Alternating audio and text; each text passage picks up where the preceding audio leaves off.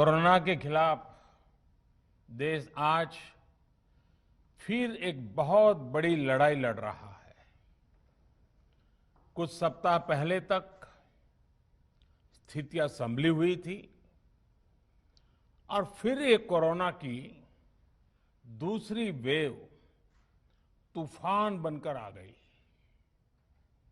जो पीड़ा आपने सही है, जो पीड़ा आप सह रहे हैं, उसका मुझे पूरा एहसास है। जिन लोगों ने बीते दिनों में अपनों को खोया है, मैं सभी देशवासियों की तरफ से उनके प्रति संवेदनाएं व्यक्त करता हूं।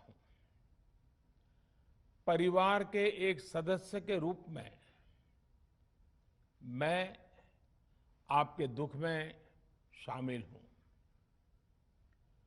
चुनौती बड़ी है, लेकिन हमें मिलकर अपने संकल्प, अपने हौसले और तैयारी के साथ इसको पार करना है।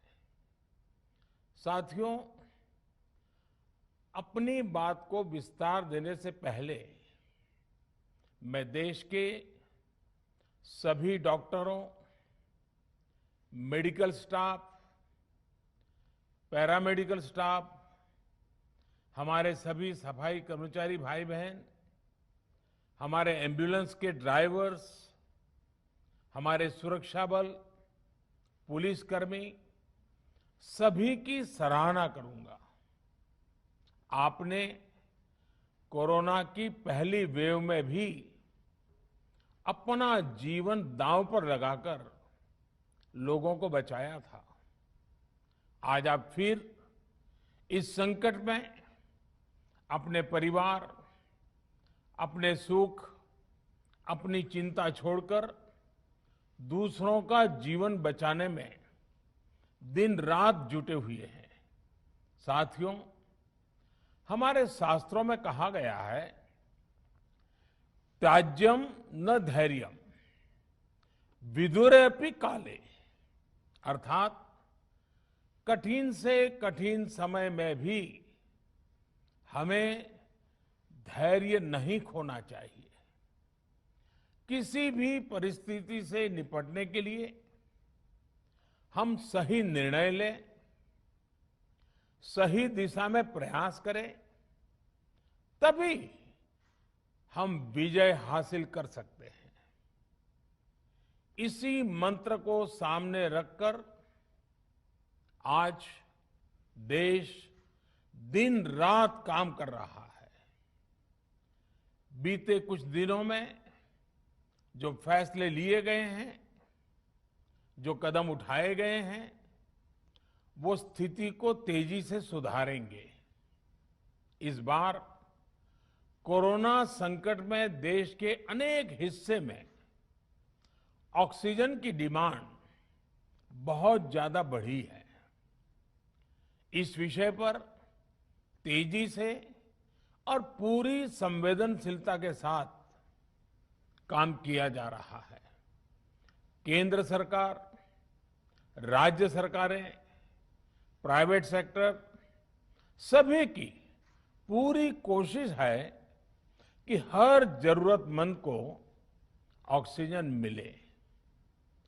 ऑक्सीजन प्रोडक्शन और सप्लाई को बढ़ाने के लिए भी कई स्तरों पर उपाय किए जा रहे हैं। राज्यों में नए ऑक्सीजन प्लांट्स हो, 1 लाख नए सिलेंडर पहुंचाने हो, औद्योगिक इकाइयों में इस्तेमाल हो रही ऑक्सीजन का मेडिकल इस्तेमाल हो, ऑक्सीजन रेल हो, हर प्रयास किया जा रहा है। साथियों, इस बार जैसे ही कोरोना के केस बढ़े, देश के फार्मा सेक्टर ने दवाइयों का उत्पादन और बढ़ा दिया है। आज जनवरी फरवरी की तुलना में देश में कई गुना ज्यादा दवाइयों का प्रोडक्शन हो रहा है। इसे अभी और तेज किया जा रहा है। कल भी मेरी देश की फार्मा इंडस्ट्री के बड़े जो प्रमुख लोग हैं, उसके जो एक्सपर्ट लोग हैं, उनसे बहुत लंबी चर्चा हुई है। प्रोडक्शन बढ़ाने के लिए हर तरीके से दवाई कंपनियां की मदद ली जा रही है। हम सौभाग्यशाली हैं कि हमारे देश के पास इतना बड़ा मजबूत फार्मा सेक्टर है जो बहुत अच्छी और तेजी से दवाइयां बनाता है। इसके साथ ही अस्पतालों में बेड की संख्या को बढ़ाने का भी काम तेजी से चल रहा है। कुछ शहरों में ज्यादा डिमांड को देखते हुए विशेष और विशाल कोविड हॉस्पिटल बनाए जा रहे हैं। साथियों, पिछले वर्ष जब देश ने कोरोना के कुछ ही मरीज सामने आए थे, उसी समय भारत में कोरोना वायरस के खिलाफ प्रभावी वैक्सीन के लिए काम शुरू कर दिया था। हमारे वैज्ञानिकों ने दिन रात एक करके बहुत कम समय में देशवासियों के लिए वैक्सीन विकसित की है। आज दुनिया की सबसे सस्ती वैक्सीन भारत में है। भारत की कोल्ड चेन व्यवस्था के अनुकूल वैक्सीन हमारे पास है।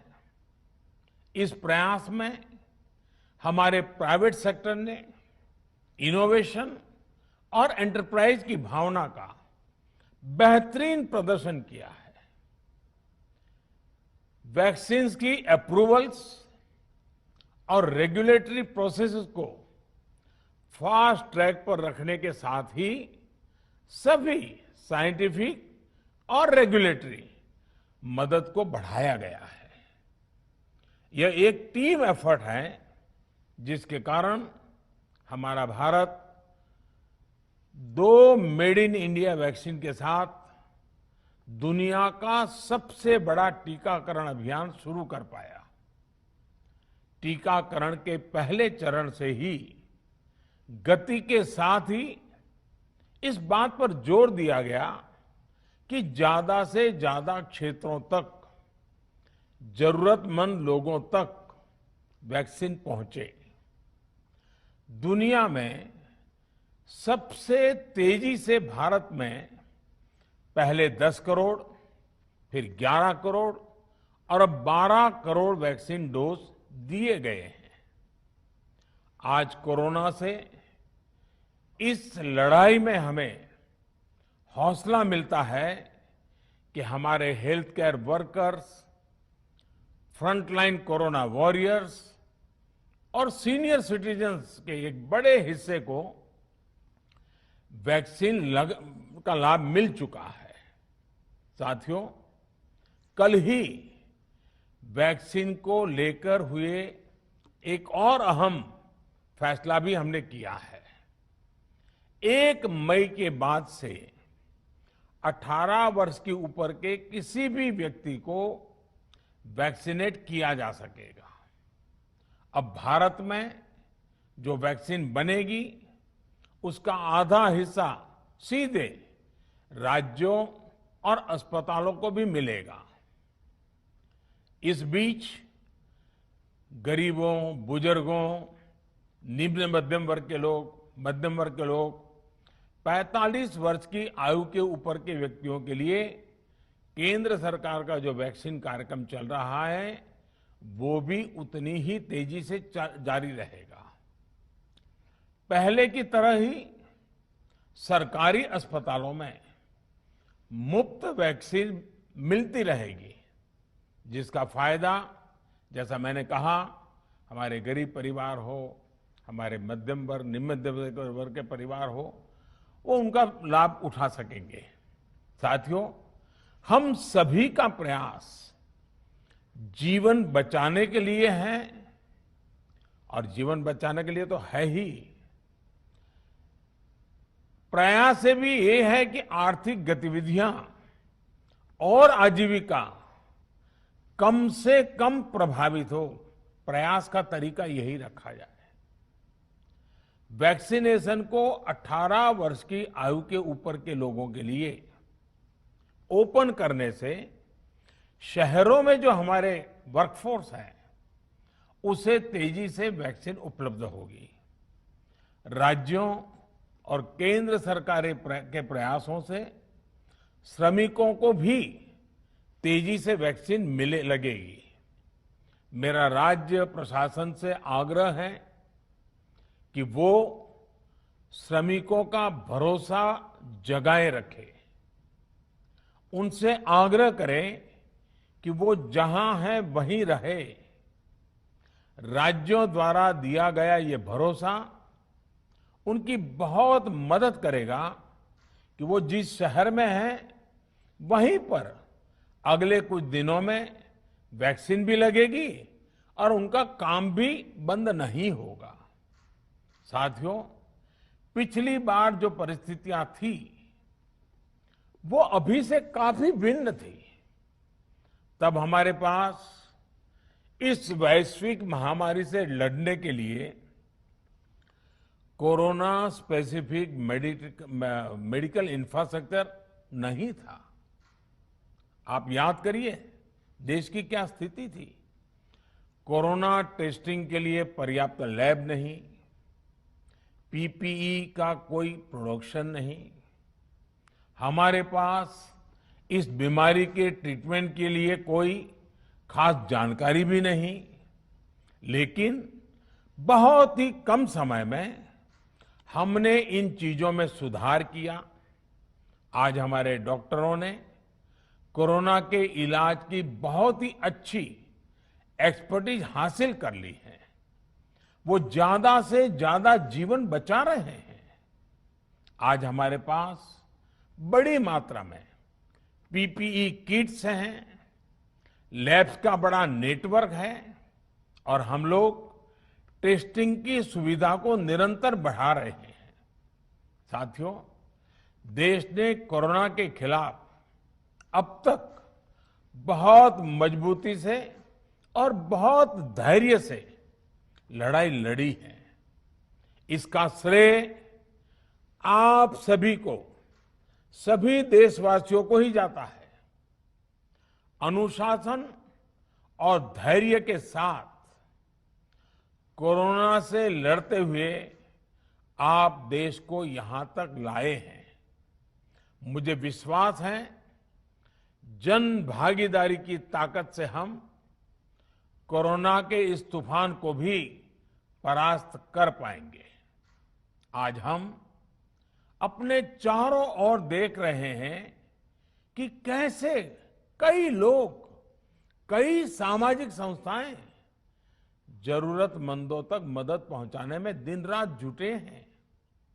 दवाई पहुंचाना हो, खाने या रहने की व्यवस्था करनी हो, लोग पूरे मनोयोग के साथ काम कर रहे हैं। मैं इन सभी के सेवा भाव को आदरपूर्वक नमन करता हूं और देशवासियों से अपील करता हूं कि अधिक से अधिक मात्रा में इस संकट की घड़ी में देशवासी आगे आएं और जरूरतमंदों तक मदद पहुंचाएं। समाज के पुरुषार्थ और सेवा के संकल्प से ही हम ये लड़ाई जीत पाएंगे। मेरा युवा साथियों से अनुरोध है कि वो अपनी सोसाइटी में, मोहल्ले में, अपार्टमेंट्स में छोटी छोटी कमेटियां बनाकर कोविड अनुशासन पालन करवाने में मदद करें। हम ऐसा करेंगे तो सरकारों को न कभी कंटेनमेंट जोन लगाने की जरूरत पड़ेगी, न कर्फ्यू लगाने की जरूरत पड़ेगी और लॉकडाउन का तो सवाल ही नहीं उठता है, आवश्यकता ही नहीं पड़ेगी। स्वच्छता अभियान के समय देश में जागरूकता फैलाने के लिए मेरे बाल मित्रों ने बहुत मदद की थी। छोटे छोटे बालक 5वीं, 7वीं, 8वीं, 10वीं में पढ़ने वाले, उन्होंने घर के लोगों को समझाया था, मनाया था। उन्होंने बड़ों को भी स्वच्छता का संदेश दिया था। आज मैं फिर अपने बाल मित्रों से एक बात विशेष तौर पर कहना चाहता हूं। मेरे बाल मित्र, घर में ऐसा माहौल बनाइए कि बिना काम, बिना कारण घर के लोग घर से बाहर न निकले। आपकी जीत बहुत बड़ा परिणाम ला सकती है। प्रचार माध्यमों से भी मेरी प्रार्थना है कि ऐसे संकट की घड़ी में वो लोगों को सतर्क और जागरूक करने के लिए जो प्रयास कर रहे हैं उसे और बढ़ाएं। इसके साथ ही इसके लिए भी काम करें कि डर का माहौल कम हो सके, लोग अफवाह और भ्रम में न आए। साथियों, आज की स्थिति में हमें देश को लॉकडाउन से बचाना है। मैं राज्यों से भी अनुरोध करूंगा कि वो लॉकडाउन को अंतिम विकल्प के रूप में ही इस्तेमाल करें। लॉकडाउन से बचने की भरपूर कोशिश करनी है और माइक्रो कंटेनमेंट जोन पर ही ध्यान केंद्रित करना है। हम अपनी अर्थव्यवस्था की सेहत भी सुधारेंगे और देशवासियों की सेहत का भी ध्यान रखेंगे। साथियों, आज नवरात्रि का आखिरी दिन है। कल रामनवमी है और मर्यादा पुरुषोत्तम श्री राम का हम सभी को यही संदेश है कि हम मर्यादाओं का पालन करें। कोरोना के इस संकट काल में कोरोना के बचने के जो भी उपाय है, कृपया करके उनका पालन 100% करिए। दवाई भी, कड़ाई भी, इस मंत्र को कभी भी भूलना नहीं है। ये मंत्र जरूरी है, वैक्सीन के बाद भी जरूरी है। रमजान के पवित्र महीने का भी आज 7वां दिन है। रमजान हमें धैर्य, आत्मसंयम और अनुशासन की सीख देता है। कोरोना के खिलाफ जंग जीतने के लिए अनुशासन भी, उसकी भी उतनी ही जरूरत है। जब जरूरी हो तभी बाहर निकले। कोविड अनुशासन का पूरा पालन करें। मेरा आप सभी से यही आग्रह है। मैं आपको फिर ये भरोसा देता हूं, आपके इस साहस, धैर्य और अनुशासन के साथ जुड़कर आज जो परिस्थितियां हैं उन्हें बदलने में देश कोई कोर कसर नहीं छोड़ेगा। आप सभी स्वस्थ रहें, आपका परिवार स्वस्थ रहे, इसी कामना के साथ मैं अपनी बात समाप्त करता हूं। आपका बहुत बहुत धन्यवाद।